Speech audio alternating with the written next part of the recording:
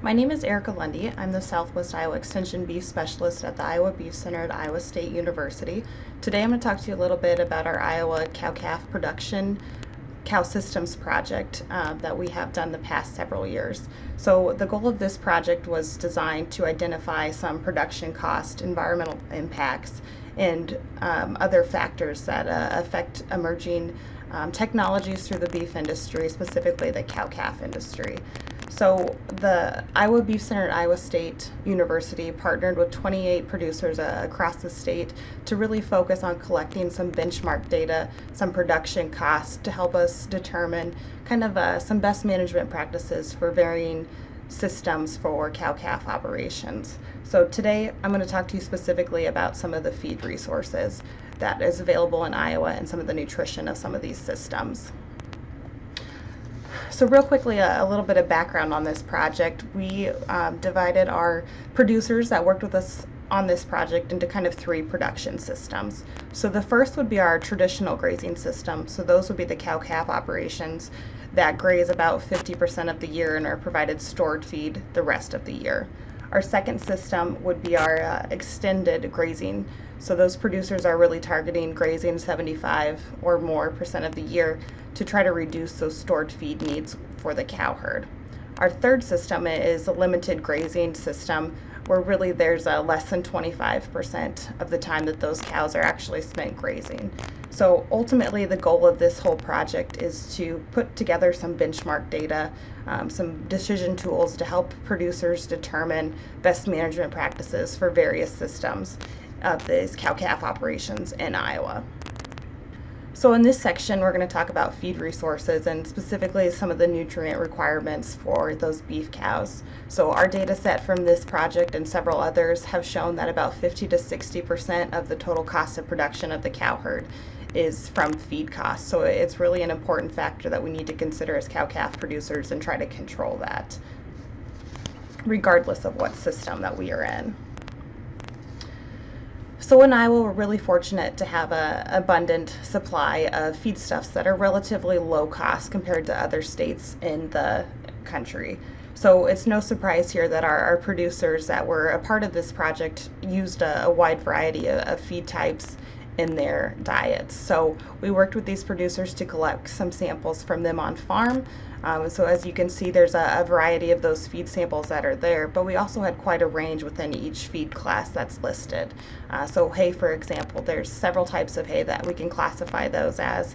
So that's going to have an impact on our quality, as well as the timing of that harvest, the storage method when these were sampled. So this is just kind of an average number, but if you're interested in learning more, if you find the manual, you can look on page 36 and get more details of some of those.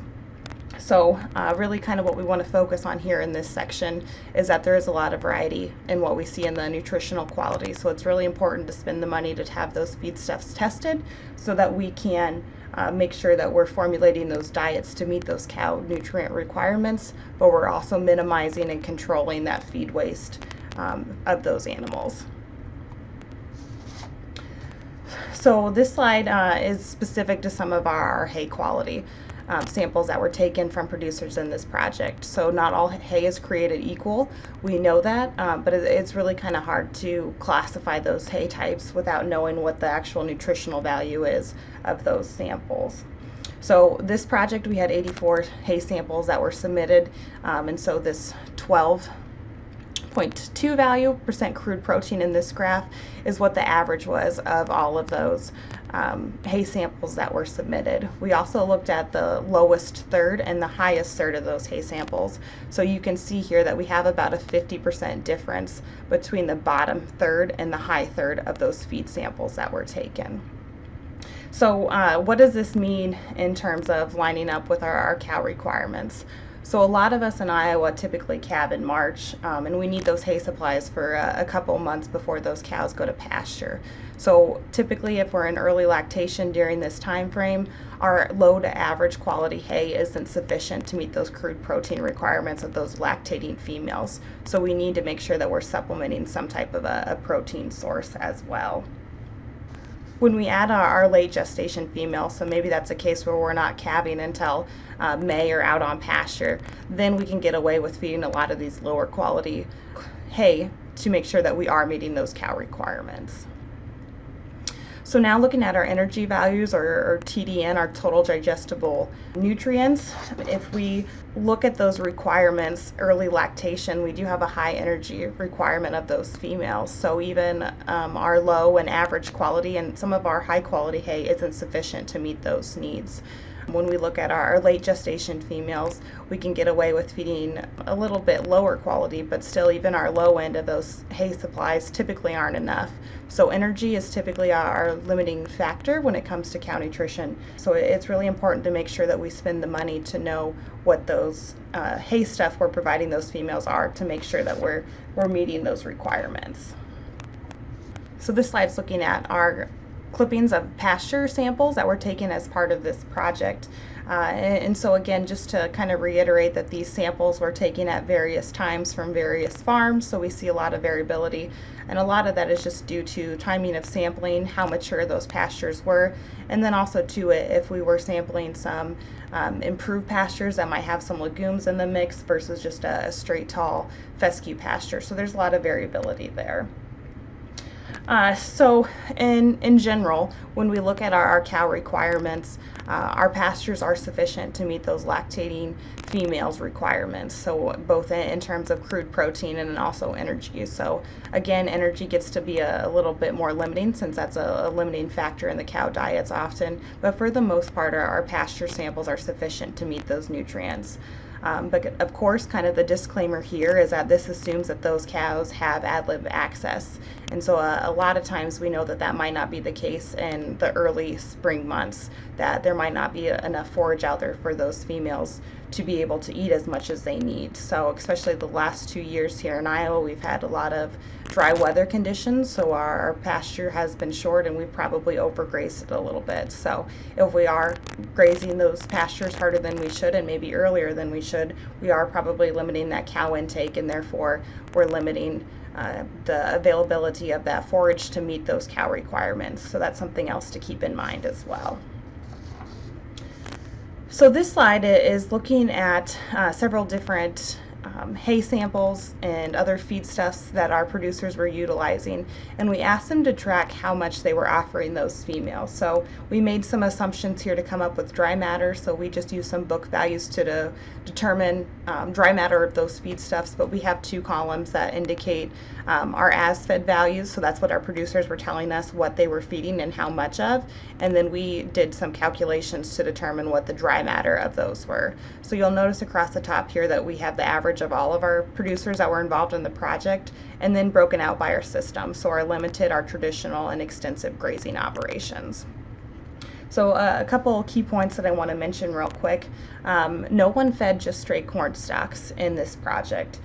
So that's probably not too surprising. So we know that corn stalks are pretty low in protein and energy values, but they definitely do pair really nicely with some of our grains and corn co-products, high quality hay.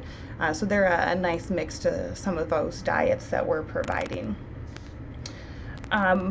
We do see that our limited and traditional systems, we did include creep feed. They were feeding that to those calves, but interestingly, nobody in our extensive grazing cooperators were using creep feed to those calves, so that's kind of why there's no values there. So really kind of the focus of this slide in particular is looking at the total pounds that was delivered per female. So as a general thumb rule, we say that we typically need about 2 to 2.5 tons of stored feed per cow to get them through the year. So when we look at our traditional numbers here, that's kind of right where we are. So that's a good indication that the numbers that we were given are pretty accurate and we're confident in those values. So some things I want to talk about here is really kind of comparing our extensive grazers that were kind of right around that 1 ton of feed delivered per female per year. And that's kind of not surprising, since that's the goal of those producers in this system. So they're really trying to minimize the stored feed that they're delivering to those females and have those females harvest that forages themselves by grazing more of year round. So in our limited grazing system, these are the cows that are grazing less than 25% of the year, and a lot of those are probably in a dry lot or a confinement situation here. And so those feed that's delivered is quite a bit more. So if we do the math and we come out to about 33 pounds per female per day. So this is really suggesting that those producers are not actually providing a higher energy or protein diet and limit feeding those cows.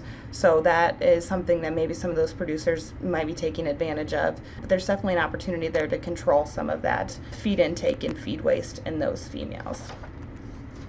So the main reason why we harvest feed is to make sure that we have enough feed for those cows to get through the winter months. And obviously, regardless of what system we're in, we still need to make sure that we plan ahead and have something in case we have a harsh winter there. So if we're in a limited grazing system, maybe some things that we can think about to kind of reduce some of those feed costs is to look at grazing that corn crop residue. So in Iowa, there's basically an unlimited supply of what's out there. So even if we can graze it, maybe harvest some of that to provide and back to those cows in a dry lot or confinement system is an opportunity there. We've seen an increase in grazing cover crops the last several years, and that's another good opportunity we can take advantage of.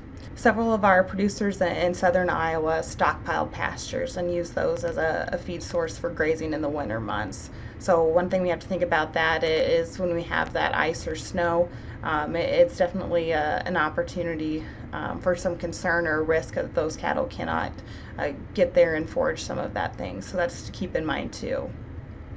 Of course, anytime that we're feeding hay, it's always a good management practice to try to control that feed waste and ultimately control some of those costs.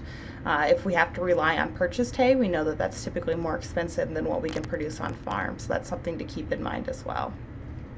So lots of feeding options out there. We've kind of outlined that there's several feedstuffs that are available in the state of Iowa. And of course, some of those feedstuffs we can get away with feeding some lower quality roughage sources and make up for it when we feed corn silage or some grain and some of those co-products. So those tend to pair pretty nicely, and a lot of our producers in this project took advantage of that.